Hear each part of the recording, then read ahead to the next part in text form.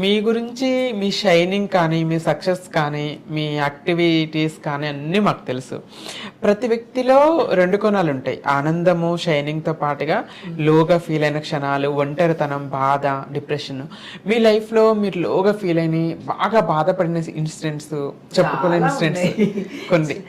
First of all ఒకటే, first నేను చీర కట్టుకొని నేను సర్జరీకి వెళ్ళేటప్పుడు, నా సర్జరీ జూలై 14th రోజు నా సర్జరీ అయింది.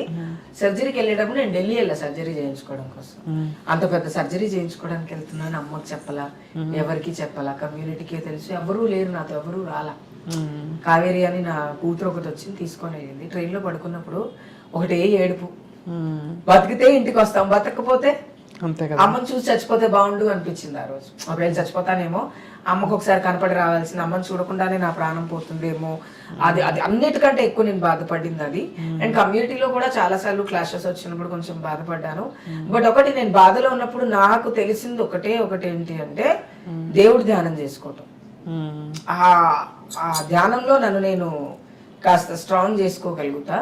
అండ్ ఇంకొకళ్ళు ఒక ట్రాన్స్ లీడర్ ఉన్నారు, ఆవిడ నన్ను ఎప్పుడు చిన్నమస్తా అమ్మవారితో పోల్చుతా ఉంటారు అనమాట, వైజయంతి మమ్మీ. ఆవిడ ప్రతి సంస్కృతంలో ఉన్నటువంటి పెద్ద పద్యాలు చెప్తూ ఉంటారనమాట. అందులో చంద్రముఖి నామానికి ఉన్న విలువలు చెప్పేవాళ్ళు ఆవిడ, అప్పటి నుంచి మాకు బాగా తెలుసు కాబట్టి. అవన్నీ విని కొంచెం నన్ను నేను బూస్ట్ చేసుకుంటుండే కానీ బాధపడ్డాను. అన్నం లేదు ఒక రోజు తినడానికి, 2 రోజులే అవుతుంది నేను చీర కట్టుకొని కమ్యూనిటీలోకి వచ్చి. ఓ రోజంతా ఫాస్టింగ్ ఉన్నా, ఆకలి అవుతుంది. పల్లవి అని ఒక అక్క ఉంటది ట్రాన్స్, అక్క ఆకలేస్తుంది అక్క, అన్నం తినలేదు నిన్నటి నుంచి అంటే, ఎందుకంటే రాత్రి డబ్బులు రాలేదక్క, వేరే వాళ్ళు మార్కెట్ అడిగేశారు, 15 రూపాయలు లేవు, అప్పుడు 15 రూపాయలే మీల్స్. ఆవిడ మటన్ కీమా ఫ్రై చేసుకొని తీసుకొని వచ్చి అన్నం తెచ్చిపెట్టింది. అప్పుడు అర్థమైంది నాకు, తల్లిదండ్రులు లేకపోతే పిల్లల పరిస్థితి ఇంతేనా. అమ్మో, అంటే అన్నం కోసం కష్టపడాలి ఫస్ట్, అన్నం దొరికిన తర్వాత కెరియర్ కోసం కష్టపడాలి, ఆ కెరియర్ దొరికిన తర్వాత దాన్ని నిలబెట్టుకోవడం కష్టపడాలి, దాన్ని నిలబెట్టుకున్న తర్వాత మళ్ళీ సస్టైనబిలిటీ కోసం అదే కష్టం పడాలి. ఇక్కడ ఎక్కడ చూసినా కష్టమే ఉంది కానీ సుఖం ఎక్కడ ఉంది అనుకుంటే, ఆ కష్టపడడంలోనే సుఖం ఉంది అని అప్పుడు అర్థమైంది. గ్రేట్ జర్నీ, 0 to 100, 100 to మళ్ళీ 0, అట్లా యాంటీ క్లాక్ వైజ్ తిరుగుతూ ఉంటది కెరియర్. ఎప్పుడు హ్యాపీనెస్ ఉండదు, అప్ అండ్ డౌన్స్ వస్తూనే ఉంటాయి. అప్ అండ్ డౌన్స్ వచ్చినా కూడా మనం మాత్రం స్టేబుల్ గా నిలబడాలి. మీరు డాన్సర్ గా కూడా భరతనాట్యం చేస్తారు, మల్టిపుల్ డాన్సెస్ స్టేజెస్ మీద షోస్ చూస్తాను నేను. అసలు డాన్స్ ఎలా నేర్చుకున్నారు? భరతనాట్యం ఇదంతా ట్రైనింగ్ చిన్నప్పుడు స్కూల్లో ఉన్నప్పుడు నేర్చుకున్నాను. మా మమ్మీని అడిగాను, మా ఇంట్లో వాళ్ళు ఎవరు పక్కనే అంటే ఎదురుగా, నేను చాలా చిన్నగా ఉన్నప్పుడు మా ఇంటి ఎదురుగా కళాక్షేత్రం ఉండేది అనమాట, డాన్స్ భరతనాట్యం నేర్పించేవాళ్ళు మా అమ్మమ్మ వాళ్ళ ఇంటి ఎదురుగా. ఆ సౌండ్స్ విని నాకు నేర్చుకోవాలనిపిస్తే నేను ఫస్ట్ క్లాస్ లో ఉన్నప్పుడు మా మమ్మీ నన్ను భరతనాట్యం క్లాస్ లో జాయిన్ చేశాను. అలా భరతనాట్యం నాకు నా లైఫ్ ఒక జర్నీలో ఒక పార్ట్ అయింది. అక్కడే సంగీతం నేర్చుకున్నాను, అక్కడే వీణ నేర్చుకున్నాను. అండ్ ఆ తర్వాత భరతనాట్యంతో పాటు ఫిలిం డాన్స్ కూడా నేర్చుకోవాలంటే అది కూడా నేర్చుకున్నాను, ప్యాషన్ కోసం నేర్చుకున్నాను. కానీ అది నాకు బాగానే లైఫ్ లో ఉపయోగపడుతుంది. బట్ డాన్స్ ఈజ్ లైక్ ఎట్లా అంటే స్ట్రెస్ ఫ్రీ మెడిసిన్. ఏంటి అంటే డాన్స్, మంచి పాట పెట్టుకొని డాన్స్ చేస్తే రిలాక్స్ గా ఉంటది మైండ్ అనమాట. నేను అలా డాన్స్ చేస్తా అంతే. బట్ పెద్దగా ప్రోగ్రామ్స్ అంటే వాటి కోసం మనం కష్టపడాల్సి వస్తుంది. బట్ కొరియోగ్రాఫర్స్ లేకుండా కొన్ని ప్రోగ్రామ్స్ చేయాలి అంటే అవి నా వల్లే అవుతాయి. నేను డాన్సర్ని కాబట్టి ఈజీగా చేయగలిగాను, లేకపోతే చేశాను. Dance is like one part of my life. అంటే అర్ధనారీశ్వరులు అంటే అందులో శివుడు తాండవం ఎంత ఇంపార్టెంట్ అనుకుంటాం కదా, సో అలా నాకు కూడా డాన్స్ చాలా ఇంపార్టెంట్ అనుకుంటా అంతే. మీరు కొన్ని అంటే కమ్యూనిటీని కొన్ని రియాలిటీ షోస్ లో కూడా లైక్ రిప్రజెంట్ చేస్తారు, లైక్ శ్రీదేవి డ్రామా కంపెనీ లాంటి వాటిలో. అసలు అది చాలా రీచ్ వెళ్ళింది బాగా. అది కాదు ఇది కథ కాదు, రోజా గారి షోలో ఇవి ఎలా అప్రోచ్ అయ్యారు? వీటి వల్ల సొసైటీ నుండి మీకు ఏమైనా అప్రిషియేషన్స్ వచ్చాయి? చాలా. అప్పుడు బతుకు జట్కా బండి చేసినప్పుడు అసలు ట్రాన్స్ కమ్యూనిటీ వాళ్ళకి ప్రాబ్లమ్స్ ఉంటాయని 2016-17 ఎవరికి తెలియదు. ఇలాంటివి ఏమి తెలియదు అనమాట. వీళ్ళు పెళ్లిళ్ళు చేసుకుంటారని, ఇవేవి తెలియకుండా ఉన్నప్పుడే అంటే కమ్యూనిటీలో ఉన్నటువంటి ప్రాబ్లమ్స్ ని సొసైటీ మెయిన్ స్ట్రీమింగ్ లోకి తీసుకురావడం కోసం రోజా గారితో చేశాను, జీవిత గారితో చేశాను, నేను భక్తి జెట్ కాబట్టి 4 ఎపిసోడ్స్ చేశాను. ఆ తర్వాత శ్రీదేవి డ్రామా కంపెనీలో ట్రాన్స్ విమెన్ గా అసలు ఎలా సస్టైన్ అవుతాము, మాత పూజ ఎలా ఉంటది, ఇవన్నీ కమ్యూనిటీ గురించి చెప్పేటప్పుడు సొసైటీ చాలా బాగా యాక్సెప్ట్ చేస్తారు. చాలా మంచి అప్రిషియేషన్ వచ్చింది నాకు. ఇంద్రజ గారు కావచ్చు, తలపైన తారక రత్న సార్ గారు కావచ్చు, వీళ్ళందరూ నన్ను చాలా అప్రిషియేట్ చేశారు. అంటే మేము రియలే చూపిస్తున్నాం, నో డూప్, కల్పితం కానీ ఊహ కానీ లేదు అక్కడ.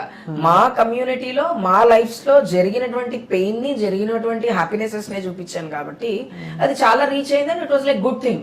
అంటే సోషల్ ప్లాట్ఫామ్స్ లో కూడా ట్రాన్స్ ఉమెన్స్ కి సంబంధించిన అవేర్నెస్ చేయగలిగాను నేను. అండ్ అది ఫస్ట్ నుంచి నేనే చేయటం నాకు ఇంకా హ్యాపీ. దానివల్ల ఎక్కువ ఆపర్చునిటీస్ కూడా వచ్చాయి దాని తర్వాత కూడా నాకు. Very nice, great journey. యాక్చువల్గా మీ జర్నీ చాలా మందికి ఇన్స్పిరేషన్గా ఉంటుంది. ఇప్పుడు రాబోతున్న ట్రాన్స్ కమ్యూనిటీ వాళ్ళకి వాళ్ళ లైఫ్లో మార్చుకోవాలి, ఒక మంచి జీవితాన్ని జీవించాలంటే వాళ్ళకి మీరు ఇచ్చే అడ్వైజ్ ఏంటి? నేను ఒకటే చెప్తానండి, రోజు సిగ్నల్ దగ్గర అడుక్కుంటే 1000 రూపాయలు వస్తాయి, రాత్రి అడ్డ మీద నించుంటే 2000 వస్తాయి, లేకపోతే డేటింగ్ యాప్ల్లో దందాలు చేస్తే కోట్లు సంపాదించవచ్చు అని ఇంట్లోకించి బయటికి రాకండి. చదువుకోండి. మీ తల్లిదండ్రులతో పోట్లాడి మీరు చదువుకొని మీ సర్టిఫికేట్స్ తీసుకొని మీరు ఒక ఉద్యోగం చేసుకుంటూ మీ తల్లిదండ్రులతో మీరు ఉండాలి. అంతే తప్ప ఈ హిజరా మాఫియా లోపలికి వచ్చి అందరు చెడ్డ గురువులు అని నేను అన్నాను, కానీ చెడ్డ గురువులు ఎక్కువ ఉన్నారు. మంచి చోట చెడు ఉంటుందంటారు, చెడు కూడా ఉంది. కాబట్టి మీ తల్లిదండ్రులతో పోట్లాడి మీ తల్లిదండ్రులను ఒప్పించి మీరు చదువుకోండి తప్ప, లేకపోతే ఈ సెక్స్ వర్క్ అనో లేకపోతే బెగ్గింగ్ మాఫియాలను దీంట్లో రాకుండా ఉండండి. మీ మైండ్ ని మీరు కంట్రోల్ చేసుకోవాలి. అంటే ఏంటి అంటే, నాకు మగవాడిని చూస్తే ఫీలింగ్స్ కలుగుతున్నాయి అక్క ఎక్కువ అని నాకు ఇన్స్టాగ్రామ్ లో చాలా మంది పిల్లలు పెడతారు. నీ ఫీలింగ్స్ ని నువ్వు కంట్రోల్ చేసుకోకపోతే ఇంకెందుకు హ్యూమన్ అవ్వడం?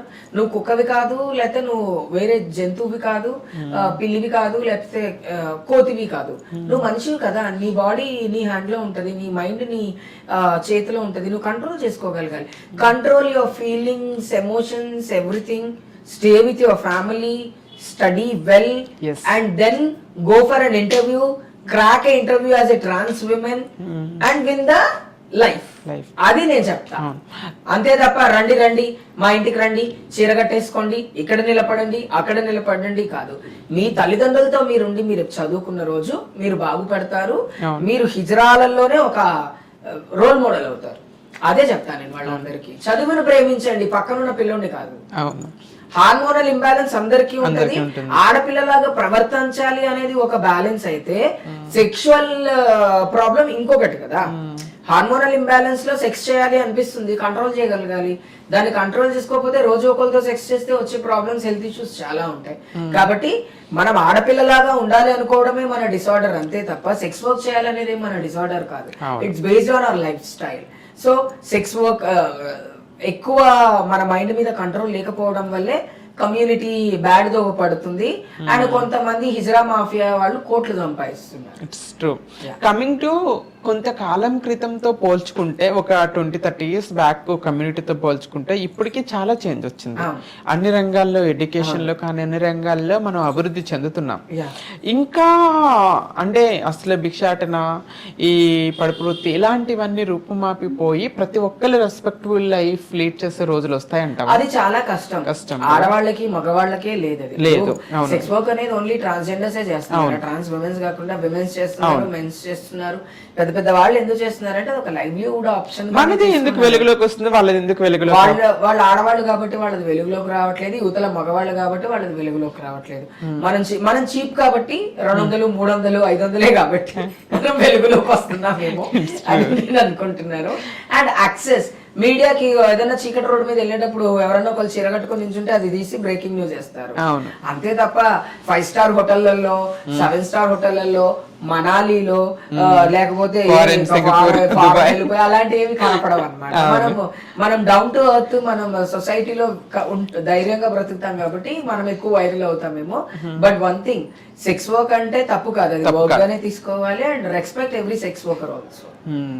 ప్రతి సెక్స్ వర్కర్ వెనకాల ఒక చాలా పెద్ద బాధ ఉంటది. అది ప్రొఫెషన్. ఒళ్ళు కొవ్వెక్కి చేసేవాళ్ళు వేలల్లో ఉంటే బాధ్యతగా చేసేవాళ్ళు 100లలోనే ఉన్నారు. అవును. ప్రేమ పేరు చెప్పి చేసేవాళ్ళు ఉన్నారు, పెళ్లి పేరు చెప్పి చేసేవాళ్ళు ఉన్నారు, ఇష్టం అనే పేరు చెప్పి చేసేవాళ్ళు కూడా ఉన్నారు. Different type of people are there in the world.